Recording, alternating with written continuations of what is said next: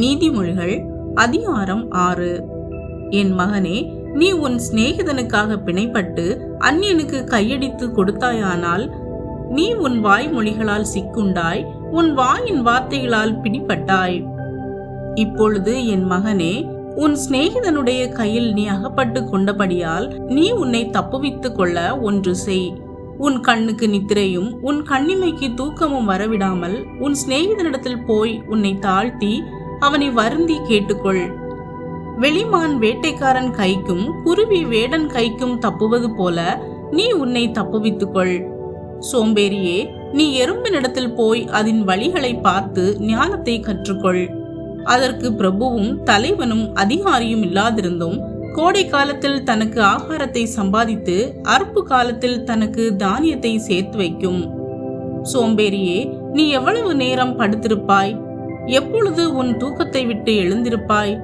இன்னும் கொஞ்சம் தூங்கட்டும், இன்னும் கொஞ்சம் உறங்கட்டும், இன்னும் கொஞ்சம் கைமுடக்கி கொண்டு நித்திரை செய்யட்டும் என்பாயோ? உன் தரித்திரம் வழிபோக்கனை போலவும் உன் வறுமை ஆயுதம் அணிந்தவனைப் போலவும் வரும்.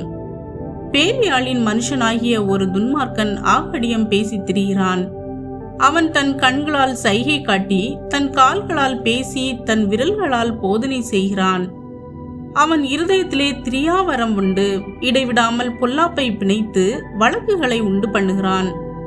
ஆகையால் சடுதியில் அவனுக்கு ஆபத்து வரும், சகாயமின்றி சடுதியில் நாசமடைவான். 6 காரியங்களை கர்த்தர் வெறுக்கிறார், 7 அவருக்கு அருவருப்பானவைகள். அவையாவன: மேட்டிமையான கண், பொய் நாவு, குற்றமற்றவருடைய இரத்தம் சிந்தும் கை, துராலோசனையை பிணைக்கும் இருதயம், தீங்கு செய்வதற்கு விரைந்தோடும் கால், அபத்தம் பேசும் பொய் சாட்சி, சகோதரருக்குள்ளே விரோதத்தை உண்டு பண்ணுதல் ஆகிய இவைகளே. என் மகனே, உன் தகப்பன் கற்பனையை காத்துக்கொள், உன் தாயின் போதகத்தை தள்ளாதே. அவைகளை எப்பொழுதும் உன் இருதயத்திலே அணிந்து அவைகளை உன் கழுத்திலே கட்டிக்கொள்.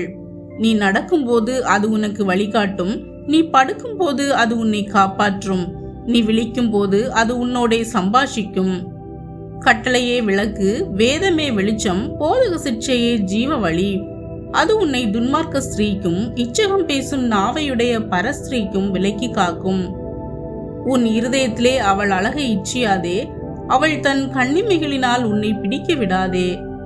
வேசி நிமித்தம் ஒரு அப்ப துணிக்கையும் இறக்க வேண்டியதாகும். விபச்சாரியானவள் அருமையான உயிரை வேட்டையாடுகிறாள். தன் வஸ்திரம் வேகாமல் மடியிலே எவனாவது நெருப்பை வைத்துக் கொள்ளக்கூடுமோ? தன் கால் சுடாமல் எவனாவது தழலின் மேல் நடக்க கூடுமோ? பிறனுடைய மனைவியினிடத்தில் பிரவேசிப்பவனும் அப்படியே அவளை தொடுகிற எவனும் ஆக்கினைக்கு தப்பான். திருடன் தன் பசியை ஆற்ற திருடினால் ஜனங்கள் அவனை இகழ மாட்டார்கள். அவன் கண்டுபிடிக்கப்பட்டால் 7 மடங்கு கொடுத்து தீர வேண்டும். தன் வீட்டில் உள்ள பொருட்களை எல்லாம் கொடுக்க வேண்டியதாகும். ஸ்திரீயினுடனே விபச்சாரம் பண்ணுகிறவன் மதி கெட்டவன். அப்படி செய்கிறவன் தன் ஆத்துமாவை கெடுத்து போடுகிறான். வாதையையும் லட்சையையும் அடைவான். அவன் நிந்தை ஒழியாது.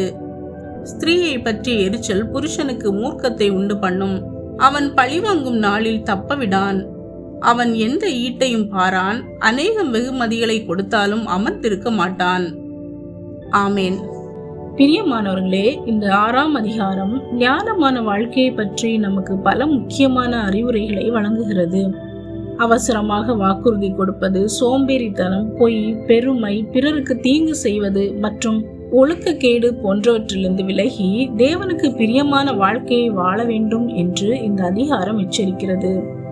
மேலும் இந்த அதிகாரத்தின் மூலம் சோம்பலை விட்டுவிட்டு உழைக்கவும், தீய ஆலோசனைகளையும் தீய வழிகளையும் தவிர்க்கவும், தேவனுடைய வார்த்தையை எப்போதும் இருதயத்தில் காத்து கொள்ளவும் நாம் கற்றுக்கொள்கிறோம்.